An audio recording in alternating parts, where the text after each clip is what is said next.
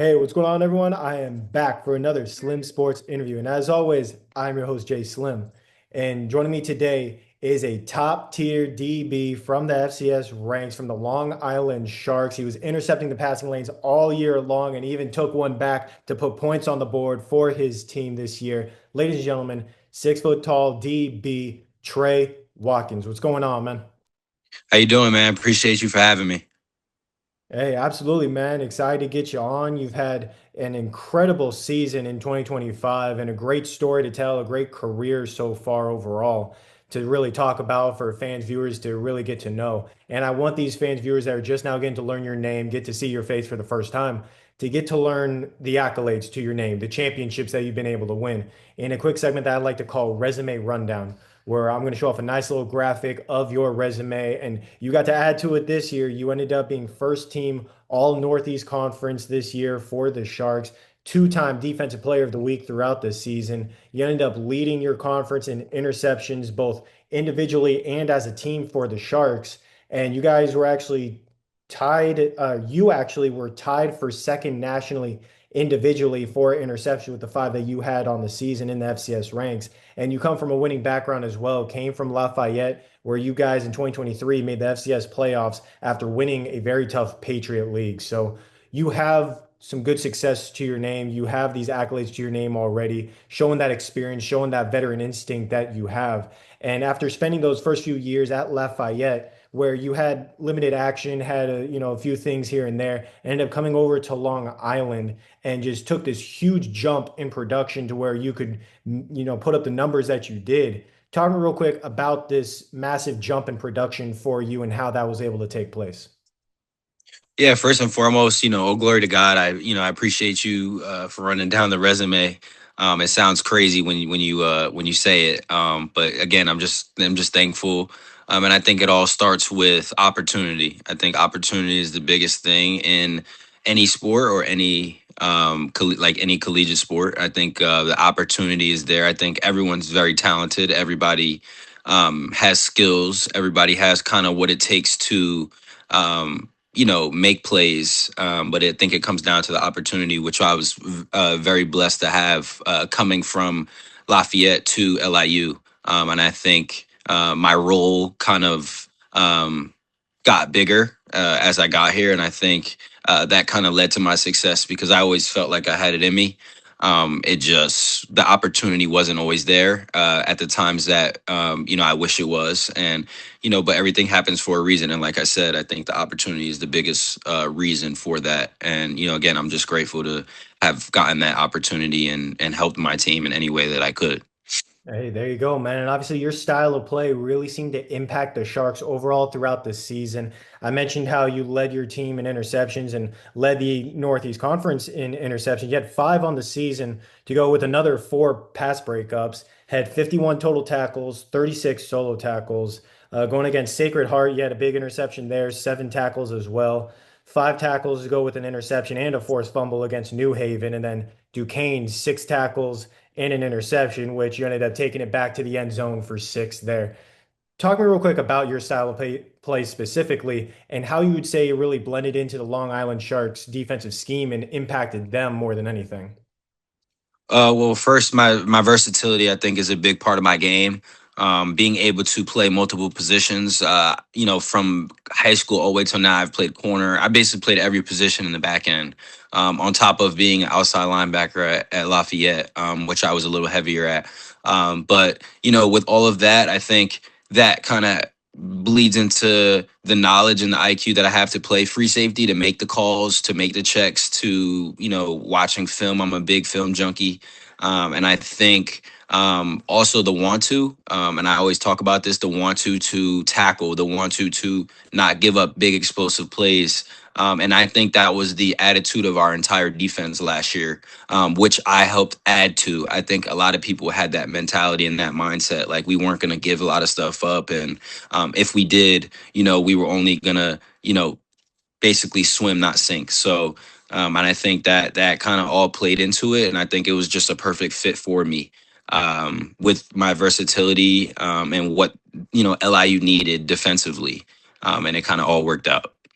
Hey, there you go, man. And you kind of said it perfectly right there, considering you guys are the Sharks. Got to be able to swim, not sink. So nice little joke, no pun intended there by you there. And you actually were able to help lead this team to a little bit of history for this program. Got your guys' first ever FBS win in week two going against Eastern Michigan. Very tough MAC opponent. You guys came out on top 28 to 23 in that win there. Talk real quick about helping to lead the Sharks to their first ever FBS win. Obviously, you and I both know you guys are all athletes on both teams. You guys know what you can do. It's just about the execution, being able to put up what you guys know you're able to do. How would you say that big win for Eastern Michigan really was the catalyst for helping you guys to the success that you had overall?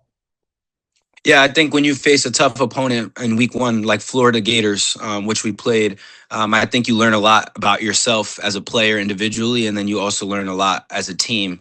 And then going into a game like Eastern Michigan, a week or two later, I think you have a different attitude and a different mindset. Like when we stepped on that field in Michigan, we were ready to go. And I think we realized how good we could actually be. We had a lot of success versus Florida, and I think it shocked a lot of people. I don't know, exactly the stats, but I know for sure that they missed about 4 or 5 field goals. We had about 4 sacks, and we really didn't give up a lot of passing yards. So that was really good, signs for us as a defense originally. And I think going into Eastern Michigan, we kind of had that chip on our shoulder, like. We knew we were a very talented team and we had to show the world. So I think, I think again it went back to that mindset of and that mentality of not giving a lot of stuff up. And I think when we went into the game, we definitely had that chip on our shoulder, and you could tell if you really watched the game and the energy that we played with and the tenacity, and we had that same energy against Florida. And I think we realized how successful we could actually be. Hey, obviously, you guys were able to find that success throughout the season, and you yourself individually as well. Obviously, the numbers that you put up had to put up a whole lot of highlights to go with those numbers. And I want to show some of them off in a quick segment that I like to call Make That Play, where I'm going to show off what I feel like were your top three plays from this past season. And I've hyped up one of them already, obviously. And I'd be surprised if that pick six isn't your top play, but I do want to ask, since you're the one on the field doing what you do best, would you say that's your top play, or would you say one of the other picks that you had? I would probably say my pick versus CCSU was a big one for me, as well as my I would say my big interception versus CCSU kind of in the red zone, and then also my interception versus Robert Morris, which was like a juggling act.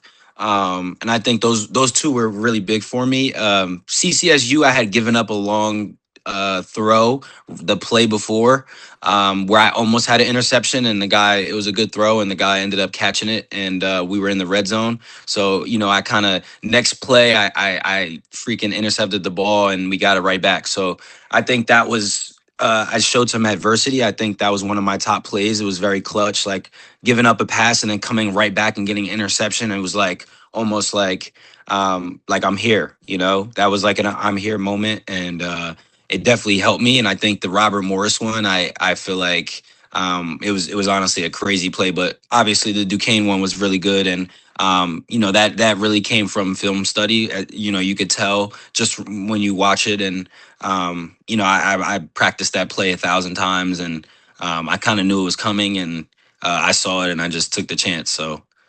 Hey, absolutely, man. And obviously I've made it pretty clear that one's number one on my list. The Duquesne one. Robert Morris is on my list at number two.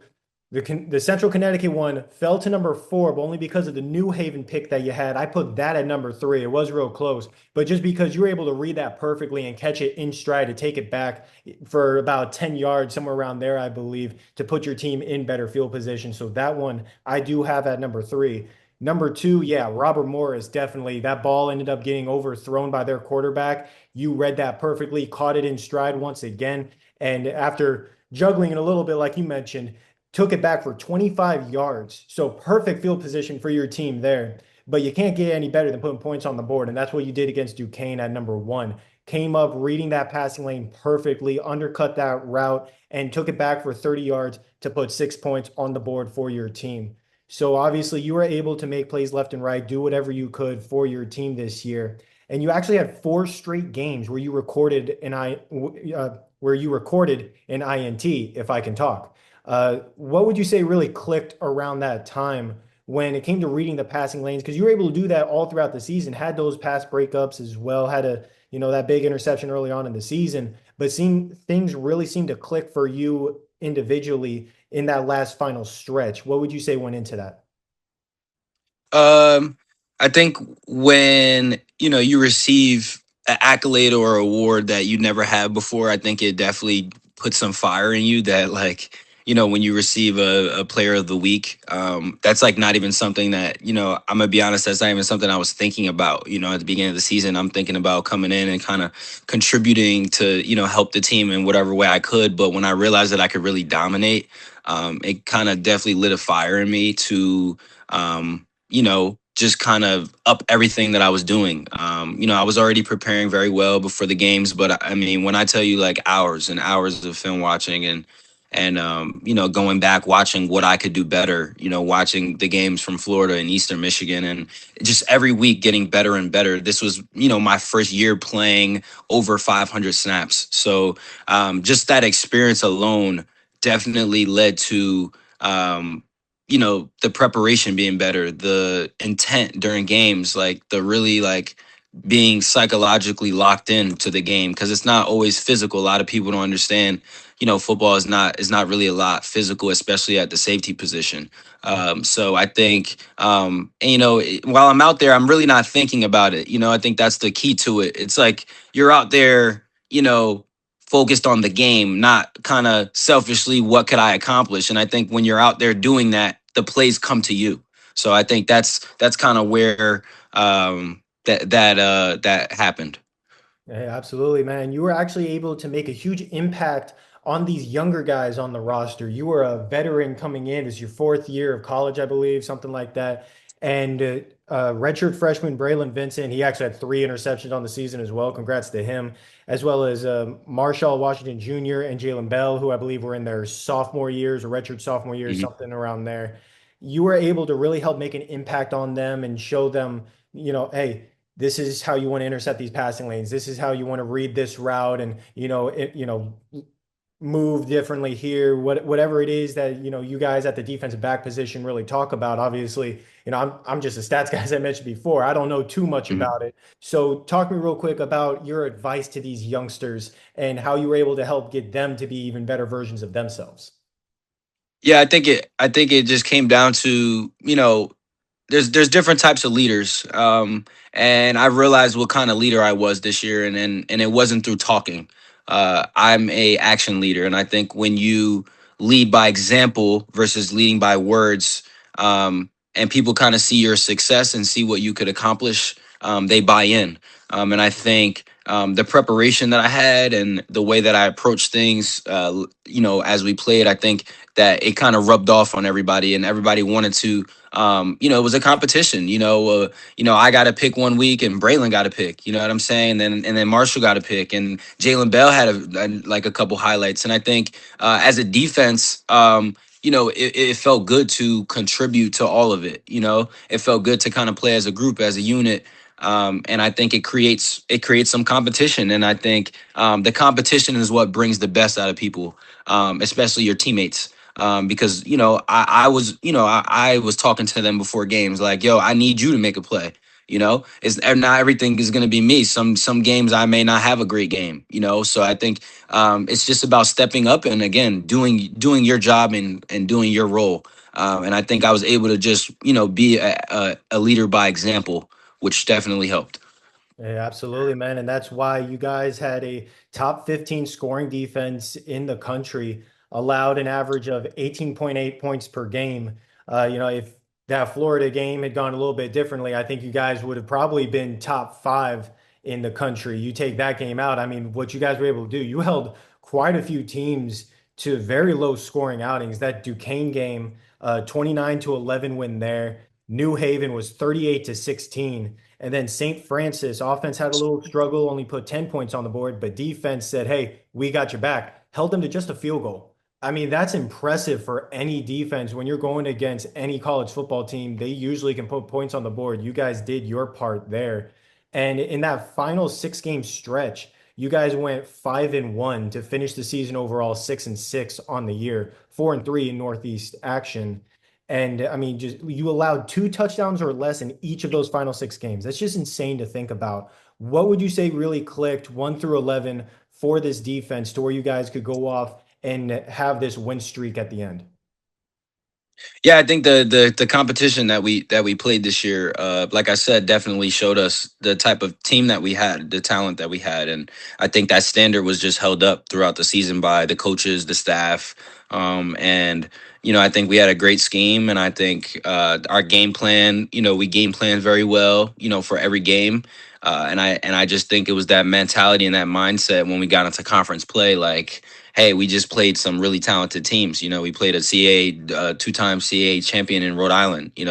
Um, we were playing with our third string quarterback, and we only, we held them to 21 or 28 points. So, we knew we were in some tough games. We beat Eastern Michigan. We played very well defensively against Florida. So, I think, all those things combined, I think you realize the type of team you are and the type of talent you have, and you want to keep that standard, and you don't want to play down to who you're playing, or you don't want to change the way that you are. So I think that we did a good job of just staying leveled and continuing to play at the high level of defense that we were that we normally do. Yeah, absolutely, man. And you guys had some dogs all throughout this defense, all throughout this roster for the Sharks. Obviously, yourself being one of them. And we've talked about a few of your teammates already during this interview. And I want to give you a chance to shout a couple more of them out in this segment we're about to get into called Who's Up Next, where you can recommend some players that I can have on reach out to get them to tell their stories, talk about their careers just like you're doing now. So, who would you say is next up on the Slim Sports podcast? Yeah, I would say there's a lot. Listen, there's a lot of young talent. There's a young D tackle in Naki. Naki, he's a young D tackle. He's going to be really good. He was a true freshman last year, and I think he put up about 4.5 sacks. So he did really well for us. He played a lot of snaps, and then also, our nickel Deuce Cooper was battling some injuries, but he did very well. And he's up for a breakout season this year as well. And like you said, Braylon Vincent's still there. So there's definitely some young talent on the team, and I think it's hard to do this because I love all my teammates, and everyone has really made plays, especially on a defense like we've had. So, but those are definitely some of the names of the guys that you will definitely see this year doing their thing and making noise. And I think for them being so young, making plays, it's going to be real exciting, man. When they get older and they have some more experience under their belt. So. Oh, definitely. Bright, bright future for all of them. And obviously, yourself included. I mean, after this incredible season that you just had, the future is bright for you as well, going into the 2026 season, where you can correct me if I'm wrong. I do believe you entered your name into the transfer portal. You're looking to find a place to call home still going into next year. And you're still training, you're still getting your body right and trying to find even more ways to improve to go into 2026 and not only have 5 interceptions, but maybe, lead the entire country in that category while being one of the top defensive backs. And most importantly, I'm sure to yourself, holding up a trophy at the end of the year. What are you really doing this offseason to continue to get better? And what are your expectations from wherever you end up calling your next home? Yeah, so like you said, I'm in the transfer portal right now. I graduated in May, so I'm working on getting that degree. That was the biggest thing for me. I had some big opportunities to leave early, and back in January. And I just felt like, what was best for me is getting my degree and doing something that is, solid and makes sense. And I want to give a little shout out to the coaches and the staff for allowing me to come back and work out and participate in spring ball just to stay ready. That's one of the things that I'm doing. And then another thing is, I'm trying not to do anything different than what I did last year, just doing more. And I think that's the most important thing.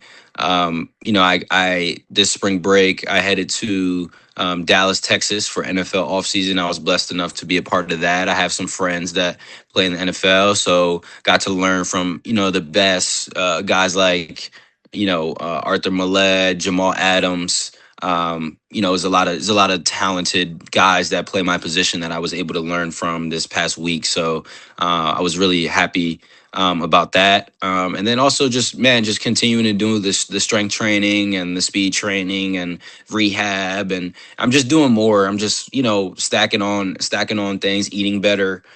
Just trying to do all the things that I did last year, but just more because I know it takes more to you know do more than what I did this year. So I think there's things that I learned from, and I think not everybody can be perfect, and I didn't have a perfect season, with all the accolades and all the things that I did, and there's a lot of plays that I left out there. And this year, like you said, I'm just coming for it all, So just staying positive and trying to do everything that I did last year, just more. Hey, there you go, man. If you're doing more next year, I cannot wait to see the numbers that you put up and the trophies that you're going to be Yep. holding up at the end of the season, man. Beyond blessed to be able to get somebody of your caliber, after this one season of just being able to make a true name for yourself, showing people what you can do. Beyond blessed to get you on the podcast to tell your story because it definitely is an interesting story that people deserve to hear and that you deserve to get out there. And I cannot wait to see what team you're suiting up for in Appreciate that. 2026. Definitely going to be supporting their team all throughout the season, man. So thank you so much for hopping on the podcast. Appreciate that. Fantastic interview. Thank you, man. I appreciate you for having me, man. Really, really appreciate it.